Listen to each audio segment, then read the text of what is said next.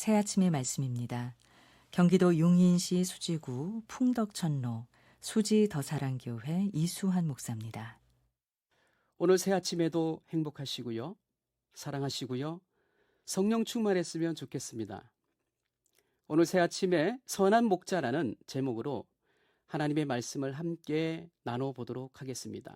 제가 시편 23편 1절부터 6절까지 읽어보겠습니다. 여호와는 나의 목자시니 내게 부족함이 없으리로다. 그가 나를 푸른 풀밭에 누이시며 쉴만한 물가로 인도하시는도다. 내 영혼을 소생시키시고 자기 이름을 위하여 의의 길로 인도하시는도다. 내가 사망의 음침한 꼴짜기로 다닐지라도 해를 두려워하지 않을 것은 주께서 나와 함께 하심이라. 주의 지팡이와 막대기가 나를 안위하시나이다. 주께서 내 원수의 목전에서 내게 상을 차려주시고 기름을 내 머리에 부으셨으니 내 잔이 넘치나이다. 내 평생의 선하심과 인자하심이 반드시 나를 따르니니 내가 여호와의 집에 영원히 살리로다. 읽어드린 말씀에서 푸른 풀밭, 쉴만한 물가, 사망의 음침한 꼴짝이라는 단어가 너무 많이 들어 식상할 수 있습니다. 하지만 우린 지금 선한 목자가 그리운 시대를 살고 있습니다.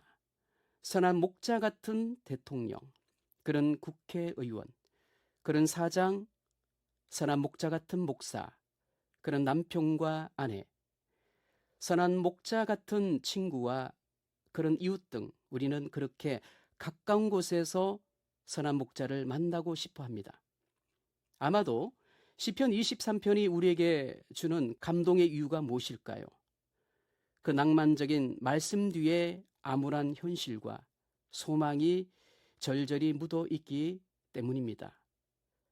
그래서 시편의 시인은 처음부터 서론에다 여호와는 나의 목자시니 내게 부족함이 없으리로다 라고 노래합니다. 미국의 침례교 목사며 아이젠하워 대통령과 이후에 트럼프 대통령 시절까지 역대 미국 대통령의 영적 조언자가 빌리 그레함입니다. 그가 이런 의미심장한 말을 한 적이 있습니다. 누군가의 인생에는 꽃다발이 찾아오지만 누군가의 인생에는 가시덤불이 찾아온다. 그러나 꽃들 사이에 벌이 따라오기도 하고 가시덤불 사이에 장미가 숨어 있기도 하다. 꽃다발, 벌, 장미, 가시는 이상한 사건들과 이해하기 어려운 패턴으로 찾아옵니다. 누구나 다 우리 소망은 꽃다발만 받고 싶어 하죠. 그와는 달리 벌 하나 없이 꽃다발만 받는 사람은 없습니다. 누구에게나 슬픔은, 애통은 찾아오기 마련입니다. 그래서 우리는 지금도 그리고 앞으로도 선한 목자가 필요할 것입니다. 그 선한 목자를 의지했던 사람의 예가 있습니다. 제2차 세계대전 때 유대인들을 숨겨준 제목으로 처형당해 모든 가족을 잃은 코리 텐붐 이 그녀입니다. 코리와 언니 베시는 네덜란드 유태인 거주 지역에 살다가 나치 독일의 라벤스부르크 수용소로 이송이 되었습니다. 코리는 수용소에서 살아남았지만 언니 베시는 해방되기 전 수용소에서 목숨을 잃었습니다. 네덜란드의 시계 제작자였지만 나중에 기독교 작가가 된 코리템 붐이 85세가 되던 해입니다. 친구들이 그녀에게 집을 마련해 주는 등 좋은 일이 많았습니다. 한 친구는 이렇게 좋은 집을 주셨으니 하나님은 참 좋은 분이라 라고 말했습니다. 그러자 코리는 많은 사람에게 생각할 여지에 말을 남겼습니다. 하나님은 내가 라벤스부르크 수용소에 있을 때도 좋은 분이셨습니다. 캄캄하고 축축한 독방에 갇혔던 코리는 고문당하는 사람들의 그 처절한 비명의 소리를 들었습니다. 그녀는 그 두려움 속에서 주님께 울부짖었습니다. 그때 눈앞에 개미 한 마리가 벽 사이로 숨는 게 보였습니다. 순간 코리는 하나님의 음성을 느꼈습니다. 자신의 은신처가 하나님임을 깨달은 코리는 선한 목자가 되시는 하나님께로 피할 수 있었습니다. 오늘 새 아침에 읽어드린 시편 23편은 신뢰의 시로 유명한 시입니다. 시편의 시인은 사망의 음침한 골짜기에서 해와 원수들을 쫓아오는 위험한 상황을 겪습니다. 하지만 시인은 두려워하지 않았습니다. 자기와 함께 하신 그 하나님을 깊이 신뢰합니다. 이 시편 23편 말씀은 오랜 세월 동안 그리스도인들에게 가장 많은 사랑을 받아왔습니다. 아마도 앞으로도 그럴 것입니다. 영국의 설교 황태자로 불렸던 찰스 스펄전은 이 시편 23편을 가리켜서 시편의 진주라는 별명을 붙였습니다. 진주와 같은 시편 23편의 시인은 죽음의 위협 앞에서도 언제 닥칠지 모르는 재앙을 두려워하지 않았습니다. 그 이유가 뭘까요? 주께서 나와 함께 하시기 때문입니다. 그래서 이 말씀은 23편에서 이 시의 중심축이 됩니다. 하나님이 함께 하신다는 그러한 확신은 확고한 신뢰의 기초가 됩니다. 그 목자이신 하나님의 손에는 무엇이 있었을까요? 막대기와 지팡이가 하나님의 손에 들렸습니다. 막대기는 야수나 도둑으로부터 양떼를 보호하기 위한 도구입니다. 그 끝에는 금속이나 못이 박혀 있습니다. 이에 비해서 지팡이는 어떨까요? 막대기보다 긴 지팡이는 맨 윗부분이 활처럼 구부려진 나무입니다.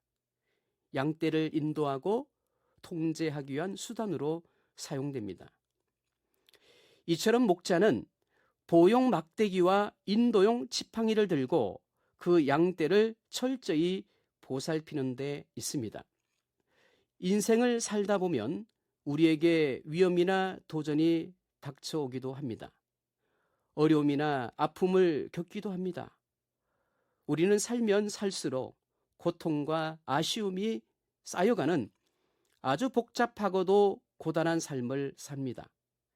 때로는 음침한 골짜기 한복판에 홀로 고립되기도 합니다.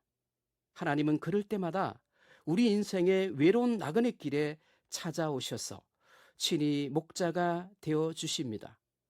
부족한 우리를 환대해 주십니다. 따뜻한 가족으로 맞아 주시는 분이 우리의 선한 목자가 되시는 하나님이십니다.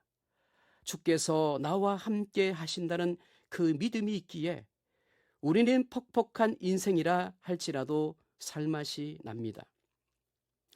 인류 역사상 손꼽을 만큼 아름다운 작품을 남긴 사람이 있습니다. 그러나 그의 생애는 말할 수 없는 고난의 연속이었습니다.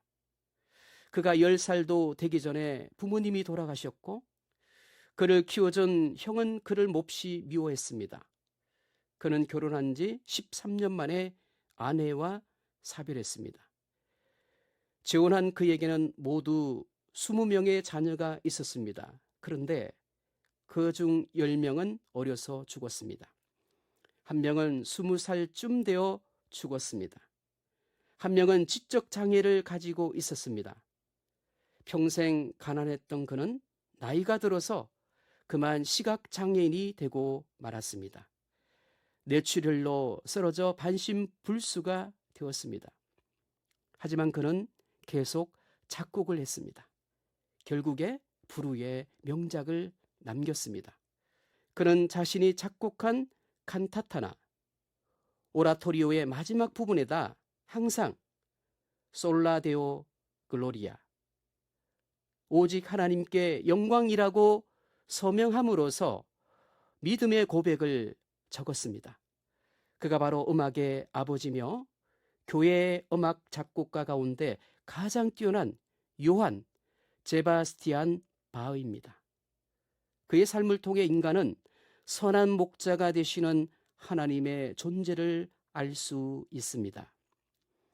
우리가 너무나도 잘 알고 있는 요한복음 10장 11절에 보면 나는 선한 목자라 선한 목자는 양들을 위하여 목숨을 버리거니와 라고 말씀합니다. 히브리서 13장 20절에도 양들의 큰 목자이신 우리 주 예수를 영원한 언약의 피로 죽은 자 가운데서 이끌어 주신 평강의 하나님이라고 말씀합니다. 이처럼 우리의 삶에는 우리를 위해 목숨을 버리신 선한 목자가 계십니다. 이 새 아침에 선한 목자가 되어주신 예수님께서 애청자 여러분과 함께 하십니다. 위험만 도사리는 곳, 광야 같은 인생에서 우리가 기댈 든든한 대상, 바로 하나님께서 선한 목자가 되어주실 것을 축복합니다. 새 아침의 말씀, 경기도 용인시 수지구 풍덕천로 수지더사랑교회 이수환 목사였습니다.